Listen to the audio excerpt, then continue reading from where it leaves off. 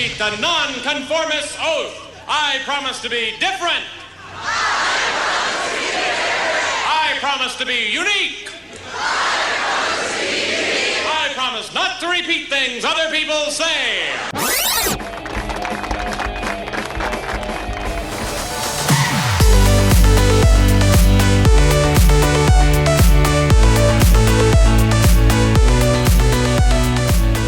Hello and welcome to Positive Blatherings with Fitz, and hello, the Golden Hello. Golden Hello Company CEO and founder Kellie Wright is with me today. How are you doing? Good. Scott, how are you doing? I'm doing well. I'm glad that you could join me and come blather. I know you said it was a crazy day up until today, so now maybe we'll just be able to sit back and relax and talk about positivity and success and whatever else comes to mind. I'm looking forward to it, and thank you so much for having me. I'm excited to be here. I'm excited to be here in the studio. And you come bearing gifts. Look at this. Of course I do. This is very, now is this the thing that I got that I just bought for someone? It is. Recently. So this is the pack. It's something similar. Something similar. They're each different, so yours is a little bit different. So So for those of you who don't know, Kellie owns the Golden Hello Company, which is a really incredible idea where you can send gifts to other people. You can get gifts for your whole. Well, why don't you tell it? Why don't you tell us about it? You're the expert. We help business leaders, business owners, and professionals. We help them to show their gratitude and appreciation through our personalized gifts. And we do things a little bit different than most box companies. We splash across the front of that box what our thoughts are, so they can be customized. Also inside each box is a little bit different, and there's 7 unique, fun gifts inside, all usable. And so people love it. People actually just love them. They can't wait to see what they get in their box. And if you give it to a whole group of employees, each one gets something different. With that said, we do all kinds of custom as well, so we can help with all your gifting needs. And these are generally bought by who? Who is your number one client? Well, we started with employers. Giving to their employees. So if I had a staff of, say, 100 people, and I talk to you, I want to do something great for the staff this year. I want to buy them something, and you say, I've got the thing for you. Exactly. Okay. Exactly. Yeah. What I did with it is that there was a company that has never called me for a quote before. And I've always wanted to get kind of in with that company. Mm-hmm. And they called me, and I didn't even get the job, but I said, you know what? I'm going to call Kellie. Well, I didn't call you, but I went to your website. That's right. And I did message you on LinkedIn because I was like, what's going on? How does this work? Right. And I got this woman who, and all she did was reach out for me for a quote, didn't give me the job, but I sent her a little thank you. Thanks for thinking of RockVox. Thanks for including me in that request for a proposal. Mm-hmm. And I don't know if I never got a response. I don't think you usually do in that situation, but it was just like something interesting. I'm like, you know what? I've never done that before. Maybe that'll be an investment, in myself and in my relationship with that company. Absolutely. It was a very smart thing to do because we do a lot of, we call it Let's Connect. Yeah. And we do a lot of that when you really want to connect with somebody. If you want to connect with them, you can get in front of them and show them all the value that you offer. You don't always get it, but guess what? You're number one on their list. They're thinking about you. And if not this time around, they may have already promised it to somebody else, but they're thinking of you for next time. So you're going to stand out in their mind. At the very least, so they can get another cool gift. Exactly. I like you. You send me free things. Everybody loves swag. So how did you come up with this idea for this company? Well, me and my daughter, Christy, we both worked at very good jobs that we loved, and I thought I was going to actually retire there. And before that job, I was in corporate for almost 30 years in management. And I worked for a couple big corporations. And when I moved to this last prior job before this one, I thought I was going to end up retiring there, and management changed, and it turned into a very hostile place to work. And I think everybody that I've ever talked to has a story like mine. Yeah. And I just couldn't see myself working there forever. Nothing was changing. Nobody wanted to change. And it just wasn't the same anymore. So I made the decision to leave. My daughter at the same time was going through something at her job, something very similar, a very hostile place to work. And so we had these conversations a lot. And we said, what could we do to help leadership teams. Because I said, I felt like half of what it is leadership teams just don't have the time. And they just don't realize the impact that they make on their employees and the turnover and why a lot of that turnover is. So we did a ton of research. It was very clear that it was not, it was more about the way they were being treated. And it was more about not being appreciated, no thank yous. And it was always those employees that were really ethical and that did a great job. And those usually are the first ones to leave. We looked at each other. We're like, yeah, that was us. So we wanted to come up with something. We wanted to figure out what a solution was. And my daughter's an interior designer, so she's got a lot of design background. And so we came up with this box because it was a hot thing on the market at the time. It still is, that you can buy a box for just about anything. And so we came up with this box, but we wanted it to be fun. We wanted it to be products that were all usable. We wanted it to be of high quality. But most of all, we wanted it to be easy and come up with a strategy for leadership teams. Because if there's not a strategy behind it, it just doesn't work. So we came up with a strategy. I have a presentation that I do for leadership teams, and it's all complimentary if they want to hear it. And then little by little, we grew it into now clients wanted this. People wanted this for their clients. And now friends and family wanted this for more friends and family. So it's grown into this after 2.5 years. It's grown into all these. Finally, things are really falling into place for us. We got the box we really wanted. We have the website we really wanted. So now we're just working hard just to get the word out. And I mean, really what you do is you sell goodwill. You know, you sell a pat on the back. You sell happiness. Yeah. You know, that's a great way to put it. It's really, and I too worked in corporate America for 10 years or so. And, you know, yeah, so everybody company-wide got their Christmas bonus or their holiday bonus, you know, which was a paycheck or something, or 1 week's pay. But that was it. There was never anything, you know, all right, so our department had like cheesy birthday parties for like, oh, it's Kellie's birthday today, and we all get around. We don't really want to sing, but there's free food. Right, exactly. And that was the extent of it. We really didn't feel appreciated. And even though, you know, I know that there's a lot of people that are really picky and might be like, I don't like that. Right.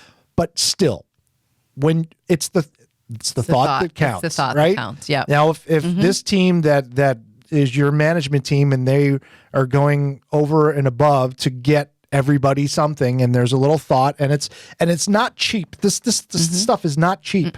This stuff is quality. There's quality products in here, and they're not easy to find. These are very unique gifts that you have in here. Yep. So it's not like when you get, you know, you get a coffee mug, you get a little a card holder, like a business card holder, right? Crap that falls apart. Yeah. You know, the name, you can scratch the name off. You know what I mean? Really like bad tchotchkes. Yeah.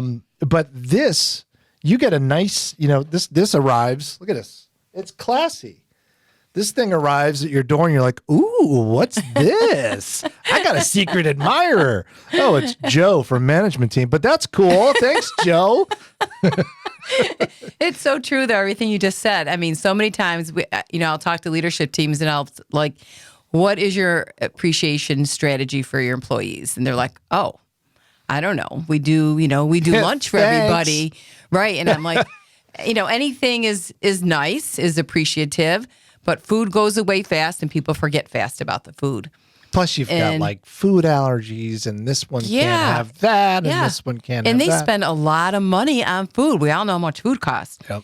And to get lunch, I worked for a company for a bit, and they had 30 employees, and they used to do birthday lunch for everybody's birthday. Well, that lunch was $200 for lunch, when they could have easily got them a golden hello and a birthday cake. Yeah. And that's all they needed, And then if you wanted to give them something extra than that, you can always put a gift card inside of the box.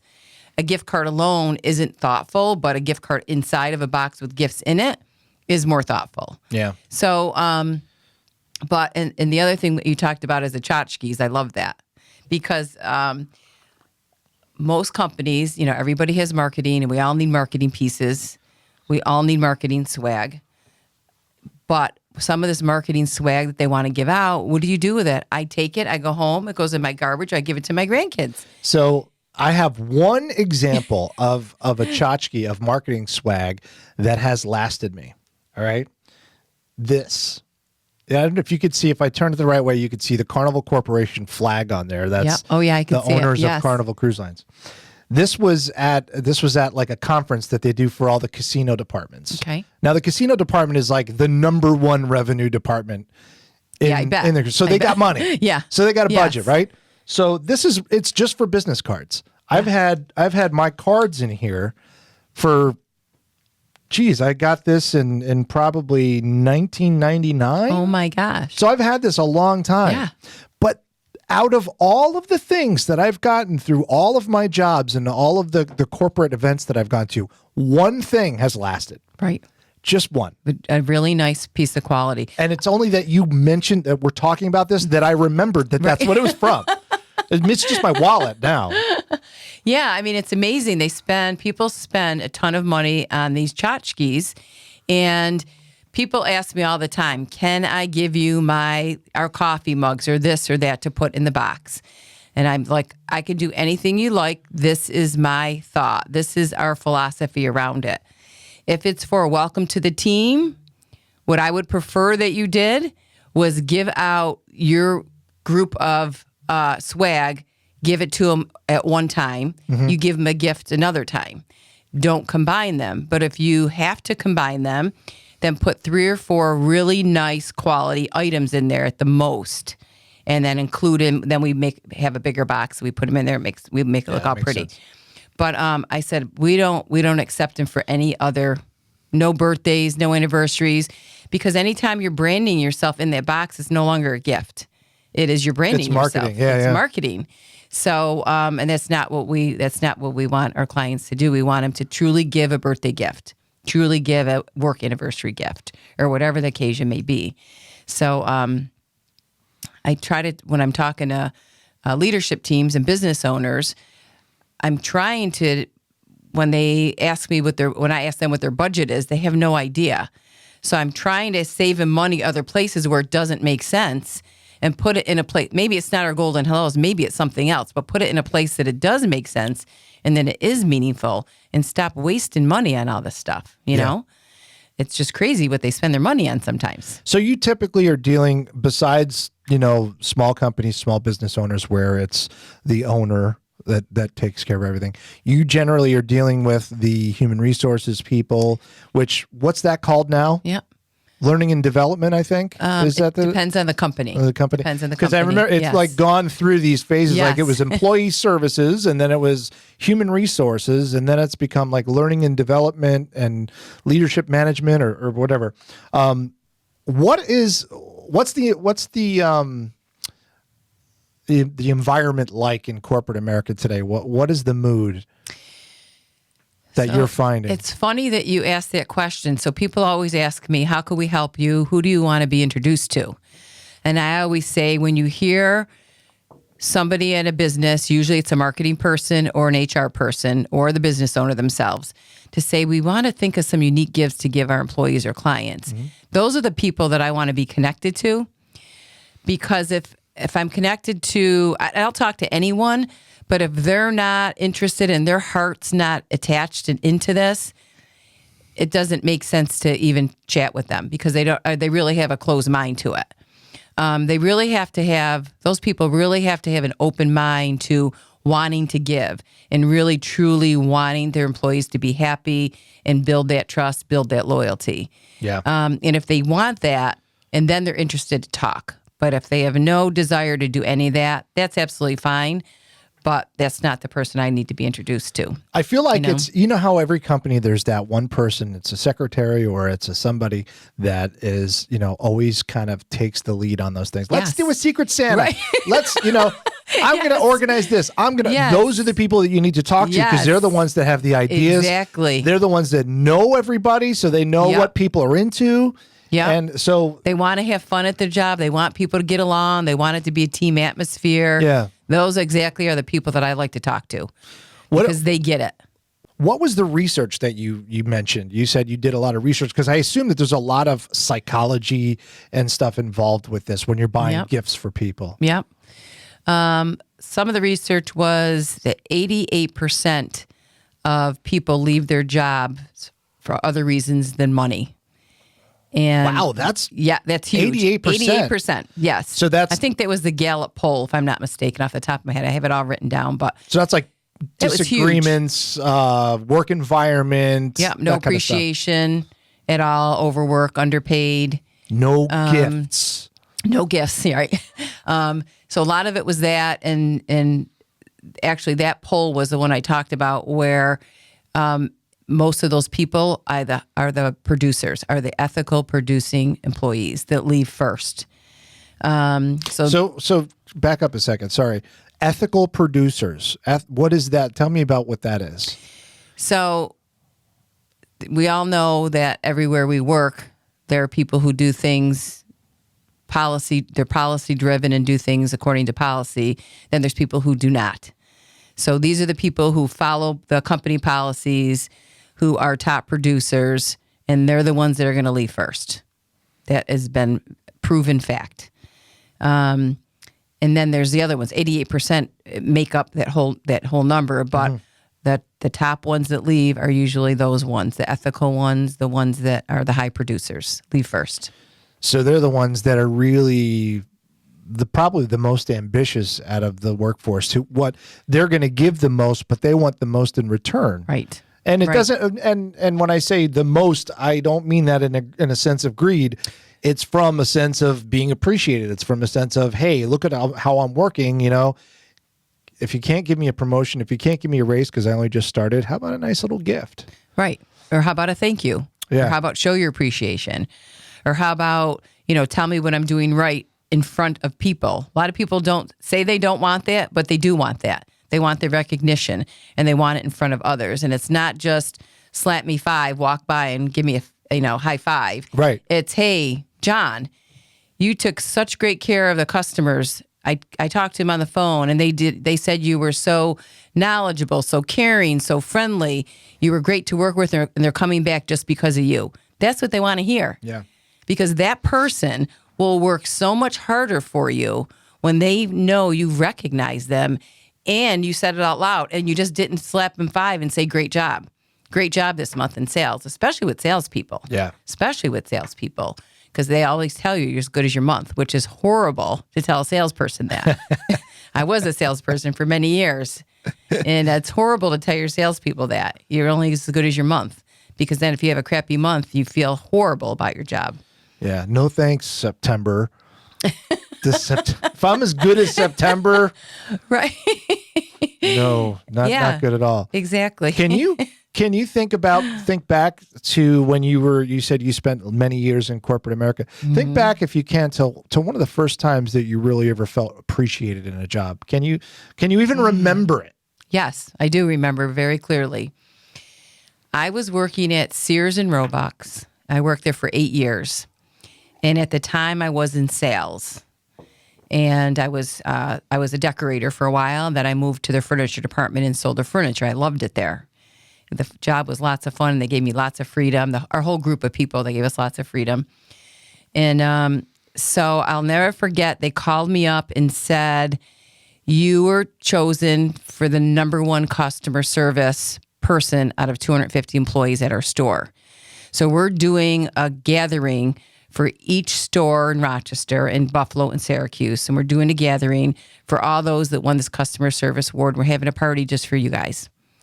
Well, it was awesome. I mean, it was unbelievable. I mean, they had this music playing that you could have cried to as you're walking down the aisle, calling your name, and all the balloons were falling. Oh, it's awesome. And they said something nice about each one of us. We had this beautiful dinner. I mean, it was so heartfelt. I became a manager. I stayed there, became a manager, and worked there for 8 years. But yeah, I'll never forget that. Never forget. When I hear that song, when that song plays, I'll never forget it. And if you think about how much that cost the company, but what the return on investment was for its employees is just immeasurable. Yeah. Immeasurable. Exactly. Quick little, You said you worked in the furniture department. Yeah. What's the difference between a Chesterfield and a divan? No, I'm just kidding. What?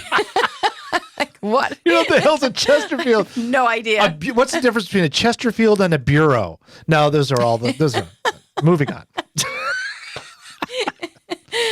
That's why it's called positive blatherings, because I blather. So, all right. So that was like the first real time that you remember being thanked and it, gave you a boost and everything like that. Yeah. What was the first thing that you did to thank someone else? Like, you came up with this idea for Golden Hello. So you must have been in that position in the past to help thank other people. I'm assuming. Yeah. Well, I was in management for a long time. So, most of my career, I wasn't taught as a manager to show appreciation, except for thank you. I mean, that was pretty much it. That was the training. That was the training. The training was like, you don't give them anything, just sort of like, thanks. Yep. Moving There on. was never any gifts or anything like that. So I would come up with stuff to make it fun. Like, I was a manager of a restaurant for several years. And so at Halloween time, we would do, whoever decorates the store the best is going to win a prize, a gift. I'd have to get the budget approved, of course. But we would, and then what we do is we'd send them, because it was a big deal all month. Plus, there was attached, their employees had to sell these kind of like gift certificate type things for Halloween. And but the winners would actually go to Geneva Inn on the Lake. Oh, that's gorgeous. For a weekend. Yeah, we did a big thing. And so I got that approved. So certain little things I could start getting approved, and we'd have fun with it, and the team really loved it. And so we started doing those types of things. But then I would just generally talk to them, pull them aside. I talk to them. I take them to lunch and do their evaluations with them. Not in that restaurant, another restaurant. I take them to lunch and do their evaluations with them, buy them lunch, tell them how much I appreciate them working and that type of thing. I would do a lot of, it was mostly relationship building, because the budget was it wasn't an ongoing budget. Let me just say that. It was like pulling teeth to get a budget to do anything. And that's pretty much the root of all your problems, right? Exactly. Your business is based on getting paid through those budgets that people are not approving. Yeah. So you kind of single-handedly have to change the mindset. Of everybody. Yeah, that's why it's important when I'm talking to leadership teams that we talk about, what is your strategy? What is your budget? If they don't have a budget. Okay, what do you do? And okay, maybe we can change this around if you feel like this makes sense. What is going to be more thoughtful, more meaningful, and what is going to get your employees to feel loyal and trust you. And one question to ask yourself is, if you left tomorrow and went to another manager job at another company doing the same thing, who in your team would follow you? And that's a great question to ask yourself when you're a manager. Who is going to follow you? If you can't think of anybody, then you have to fix this. It's a problem. I've been in many jobs where management is left and half the staff went with them. Exactly. Because that person was the best. Yep. Loved, and it's amazing how the work environment is so dependent on that relationship between management and employees. And how very few, well, I don't want to say very few, I don't have the data to back that up, but it seems like it's very few people actually recognize that and do something about it. Right. When they start looking at bottom line, they blame everything else a lot of times but that. Yeah.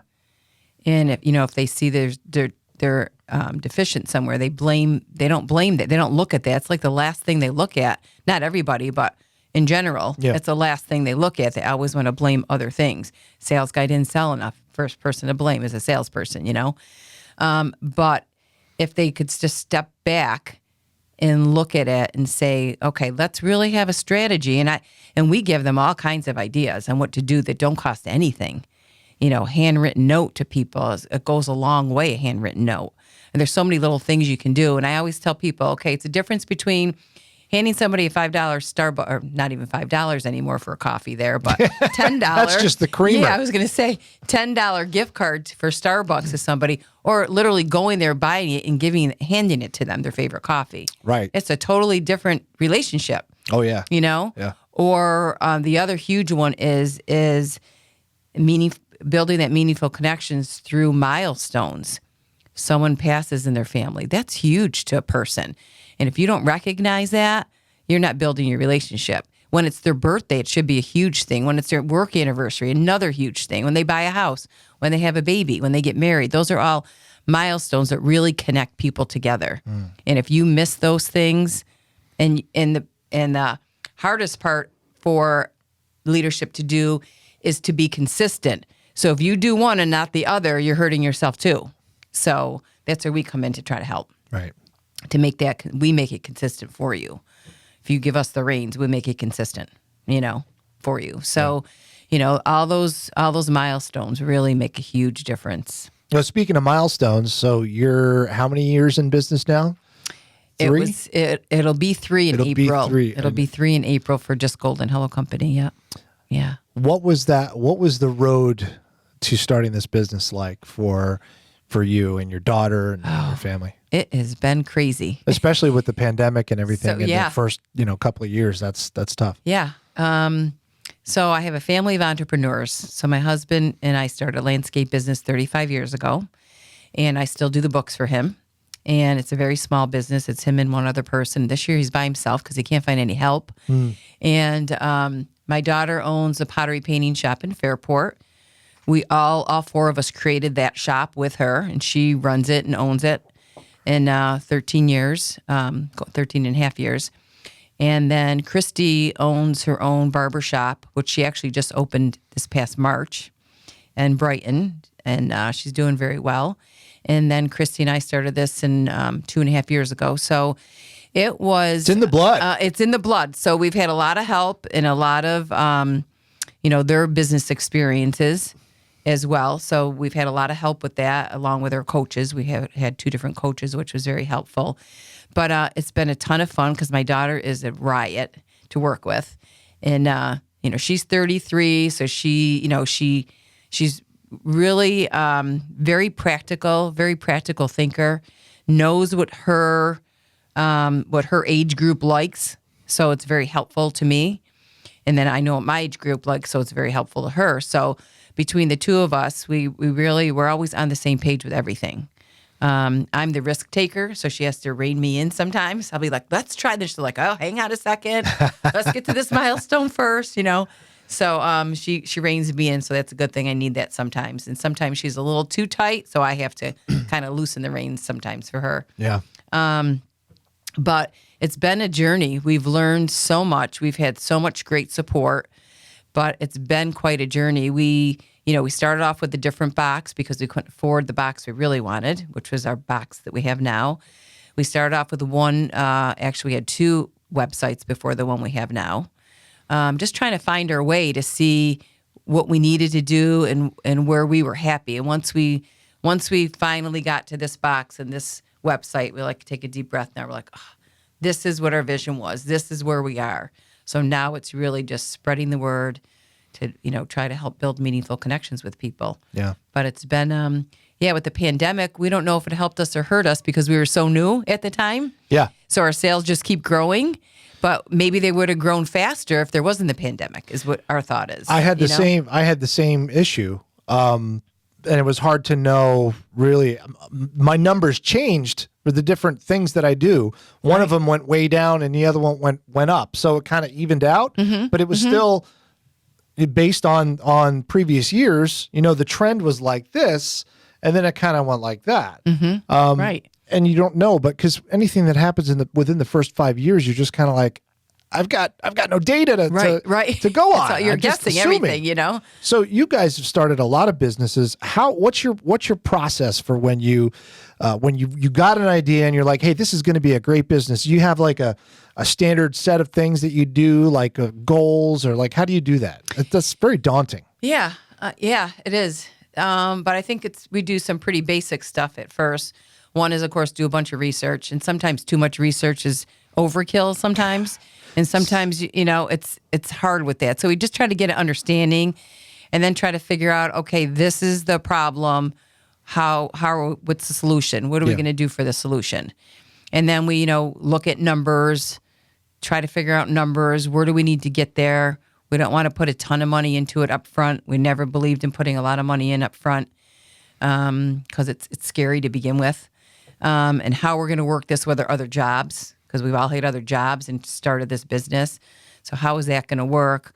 Who's going to do what? How do we split that up between us? Yep. And who's going to do what? And then we come up with a marketing strategy. Now, we're by no means marketers at all. But we know enough about it to start it, to come up with a strategy to start where we don't have to pay somebody to do it. And then, I think out of all the businesses that we've started, this has been, I'll never say the word easy because it's never easy being an entrepreneur. Right. But there's so much free information out there now. And there's so many free things like our social media. If you know how to use it, social media, I mean, that's a huge, plus for us. So we haven't had to pay for marketing up to now. And Christy does our marketing. She's gotten really good at it with some help from our coaches. And one of our coaches, actually both of them, were really great in marketing. So they've helped us along, give us ideas and tips and do's and don'ts and all that. And then I listen to a ton of podcasts. I listen to Product Bosses, which they're great. These two women that are fabulous. I listen to a lot, and Christy listens to a lot. So we pick up a lot of tips. Constantly learning. Constantly. It's never ending learning. So, so we make mistakes along the way, but for us, they're really not mistakes. We've learned by it, and it's like, I don't think we'll do that again. We don't want to do this again. It's just like taking a wrong turn. You just go back. And You just find your way back again. You just keep going, and you just make sure you don't do that again. And so, but the community has just been just phenomenal in supporting us. Have you any examples of how the right mindset versus the wrong mindset and actual seeing results? Absolutely. I think that, and you probably get it all the time too, on especially LinkedIn, where people are connecting with you, but they're in their connection, they're trying to sell you immediately. Yeah. That just turns me right off. To me, I want to get to know somebody, and I want to learn about them, learn about what they do, and find out if I'm a good resource for them as far as introducing them to the right people. Can I do that? If they ask about me and what I do, that's great. Yeah, I'm there too. I want to tell everybody about what we do, but I'm not good if they're not interested, but if they're interested in learning about me, I'm happy to do that. I used to be a huge networker before the pandemic. And so many of my connections that I met for the years before I had my business. I used to be on the board for the Fairport Chamber for almost 7 years. We did tons of events, and I met so many wonderful people. And so those people I'm still in contact with a lot of them through social media typically. So it's just, I think it's really important you're not coming out and selling yourself, because that's not what we're here for. We're here to help, and I'm here to help others, and I'm here to help them grow their businesses. And if they can help me, that's great. And if they can't, that's fine too. I'm good with that. What would you say is the most important thing that a small business owner should have in their arsenal? I think that, besides money. Right. Money is very helpful. I tell you that much. Money is extremely helpful. Like in terms of attitude and drive and all that kind of stuff. Yeah, I feel like that it's, I think every entrepreneur wakes up in the middle of the night with cold sweats one time or another, right? And, but I think that having that positive attitude, when I wake up every day, I tell myself how my day's going to go. I don't just let it go. And it's not even about my schedule. It's like, how is my day going to go today? And I tell myself how my day's going to go. So, and I don't miss a day with doing that. So I think that's important. I think it's important to have that positive attitude and that positive mindset. It's not always easy, but I think if we, and you're going to fall off the wagon, one day or 2 days, but that's it. You need to get back up and get back on and stay tough and stay humble. And we just need to hustle. And that's what it's about. I seen lots of places, as we all have, crumble during the pandemic, which, and we were like that at first. We're like, oh, God, we got to pull back here. We got the pandemic. And our coach is like, no, I will pay. You don't have to pay me next month. Literally, he told me this. Yeah. You don't, because that's the first thing I was cutting back. I'm like, oh, no, we got to cut him back. He's like, no, you don't cut me back. I will give you a free month, possibly 2 if you need it, but you're not going to need it. You're right there. You're fine. And I'm so thankful that he told us that, because, you're scared. And and I think that's what happened to a lot of entrepreneurs, especially. They got scared and pulled back. And because they couldn't do what they normally did, they just pulled back and said, forget it. I can't do it, which is sad. I kind of doubled down. Right, you and did. It was a exactly. risk. It was a risk because I upgraded my cameras. I upgraded all that stuff, because suddenly everybody was getting into doing virtual things, and everybody was doing the research and figuring out. I mean, I already had great microphones and all that kind of thing, but when video became more prominent in the podcasting space, I was like, well, what do we do? All right, well, let's try it and see, so we got great cameras and tried to really up our game in that way, which is really scary. But I will say that, my wife is the one, she's also a Kellie. Yes, that's right. With a Y. She's the one, and she's like you. She says, she's the one that decides how her day is going to be. She's not going to let the environment dictate her day. And I fall victim to the sort of, blowing in the breeze, kind of like, what's going on today? This and that. And, oh, if something goes wrong in the middle of the day, then my day's shot. And that's just how I've been. And so I'm trying to fix that. I'm trying to change that mindset, because it does make a huge difference. It does. It really does. When you start your day, if you think that if you've got an appointment that you're not looking forward to at noon, right? That whole time, the 4 or 5 hours before noon, you're like, oh, I don't want to do this, But if you psych yourself up, how do you psych yourself up? You have any? I have a whole regimen I do in the morning. It's so funny, but when I do tell myself how my day's going to go, I just start off with, okay, I got out of bed, I had a great night's sleep, I woke up with my beautiful husband. He's off to work. He's going to have a great day today. I'm going to have my coffee, and I'm going to start work, and I'm going to have lots of opportunities for the day. I have a meeting, or I have a podcast with Scott. It's going to go great. I have a meeting with this one. It's going to go great. And my day's going to end at 5:30. I'm going to make a nice dinner. My husband and I are going to just have dinner together and have a nice evening, go to bed early. Simple. That's all I had to say. And at lunch, a bluebird lands on your shoulder. And the butterflies fly around my head. It's literally what I say almost every day, except for, I put in the people's names I'm working with or I'm going to be talking to. Yeah. And I always say it's a great day of opportunity. I'm going to have lots of opportunities come my way. And, if I'm going to see my kids or whatever I'm going to do that day that's already been planned, I'll talk about it in the morning. I joke around, but it's... And that's the part that it's such a it's such an effort to try to overcome years and years of bad habits, of bad attitudes, of being a pessimist or a cynic. I was like that. I was like that for years. It's like every time, oh, what's this? And I find myself doing it, and I have to go, no. That's not how this is going to happen. That's not what's going to happen. Well, that's the first step, is realizing it. Yeah. And being cognizant of it. That's the first step into changing. I wasn't always like this either. I read the book, The Secret. Oh, yeah. I read the book 11 times. Well, I shouldn't say read. Audio. Audio I listen to an audio. I love audio. And, Amen. And I took so many wonderful things from that book.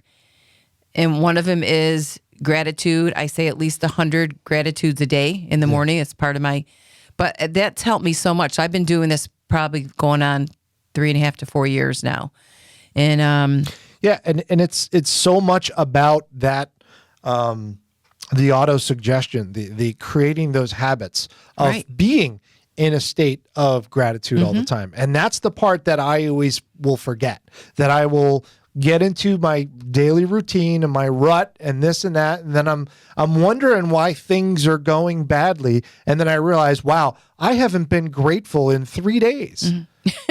You know, even though deep down, if you were to ask me, yes, I'm grateful, but Yes, it's not, of it's course. more than that. You have to actually practice and say it out loud. Yep. You have to, because auto-suggestion, the more you say things, the more your subconscious will pick up on those. And, Absolutely. You know, and there's a lot of people that say that the secret is garbage and the law of attraction is garbage, and they're welcome to say that. Right. It doesn't, you know, when I am in an attitude of gratitude all the time and I see those good things happening, it's like, all right, well, it's working for me. So if it works Right. for you, Do what know? works for you, Yeah. right? It's not going to work for everybody, but I totally agree with you. The more you can say it, they tell you to either write it or say it. yeah. I used to write it, but now I just say it, and I don't even have to look at a paper. I'm so used to it. And if I forgot something or later in the day, I just say it again. It's just a habit. I mean, But it took me a little bit. it's one of the reasons why I started doing this podcast a few years ago, is because I wanted to meet more people like you, who are accomplishing things and find out what their secret is. What are they doing to get to where they're going? How do you overcome these obstacles? How do you keep yourself in the right mindset when things are going badly? And because, you know, that's all part of being human. It's like, not every day is going to be all roses. No, it's not. You know? And There's I know, a thorn. you or two or three. You have a lot of support at home from Kelly. Yeah. I know we talked about that before at lunch, and Yeah. I do with my husband. Thank God, because you need that support. And you know, especially when you're in your own business, you need the support of obviously your loved ones, and then you need a support system around you.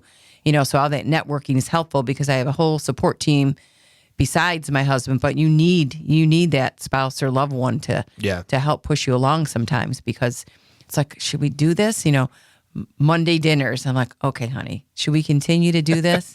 Are you okay with this? Do you see what I see? He goes, nope, I see what you see. You're continuing to do this. We'll be fine. But I need to hear that once in a while, you know, like how much longer do we need to do this until we say, okay, are we going to continue this? You know, so he used to tell me that. Nope, I see it. I see what you're seeing. No, we're doing this. You're good. So you need that support. Strong support, definitely a key. One of the many keys to success. Yes. So your website is goldenhellocompany.com. It is. Right. And what's coming up? You got any plans for the next couple of years? You got any new things that you want to talk about, or you just keeping your head down and keeping focused on growing? Well, it's been such a crazy few years. I just love to keep my head down right now and just keep growing at this fair. point. That's fair. We do. We create new boxes. We keep creating different boxes. We have our Grateful and Thankful box right now for fall. It's a beautiful fall box with we open it up and it's got fall smells in that box. Love it. We have there's fudge and homemade pumpkin soap. Should we open up this box You can on if camera? you'd like. So It's up first to of you. all, look at this. Isn't that just beautiful? And it's got the little, and there's a note. Of course, I have a little note for you. Handwritten. Yes. Nice touch. Always just handwrite. a little something to thank you for inviting me on your show. It's been nice getting to know you. Absolutely. Love that. And here's the look at this. This, first of all, right, share your golden moment. Thank your sender by posting a photo of you and your hello gift, and you can tag Golden Hello. Is that on Instagram? Yep. That's Yep. smart. That's We very post smart. it all over the place. Look at this. A pen and a notebook. That's so me. There you go. Chocolate truffle. Make that your gratitude coffee. book. That's a great idea. Make that your gratitude book, Scott. Is this for coffee? Yeah. Oh, look at that. It's the clip for your bag. And the there's scoop. the chocolate truffle coffee beans. And these would have been gone if you gave them to me, or if I opened it earlier. And the interview would have been, oh my goodness. So this is a gratitude rock. So this is actually very similar to, I carried a rock like this around in my pocket for years. It was called my family rock. Oh my God. And I had, when I found the rock, I had all my kids kiss the rock. Oh, And I then love that. kept it in my pocket, and whenever things were going bad, I'd feel the rock and I'd remember them, and I'd Yeah. feel better. I don't know what I lost the rock somehow. I love have him kiss another one. I Yeah, love that this idea. is the one. I'm yeah, going there to you use go. this one Have him because kiss it says that. you rock. I love that. That's And so sweet. Socks. Socks are a great thing. Yeah. This is awesome. goldenhellocompany.com. You can get your awesome gifts. They have all kinds of different things for whatever you need. Like I said, I got one for a potential client to say thank you for thinking of me, and I think that's a really classy touch. Not to pat myself on the back, but It is. I'm learning. I'll pat you on the back. It is. I would not have thought that if I hadn't met you and learned about what you do. So thank you glad. for putting me on the right you. track. Get a hold of Kellie to get your gifts and to keep your business, keep your money local if you can. Keep it in Rochester if you can, because I learned that for every $100 that you spend on a local business, $68 of that stays in the community. Yeah. So there you go. Do you take the 1 in 5 pledge? Yes, I did too. I did. Yes, I did too. PositiveBlatherings.com. Maybe one of these days I'll write a blog again. It's been a long time.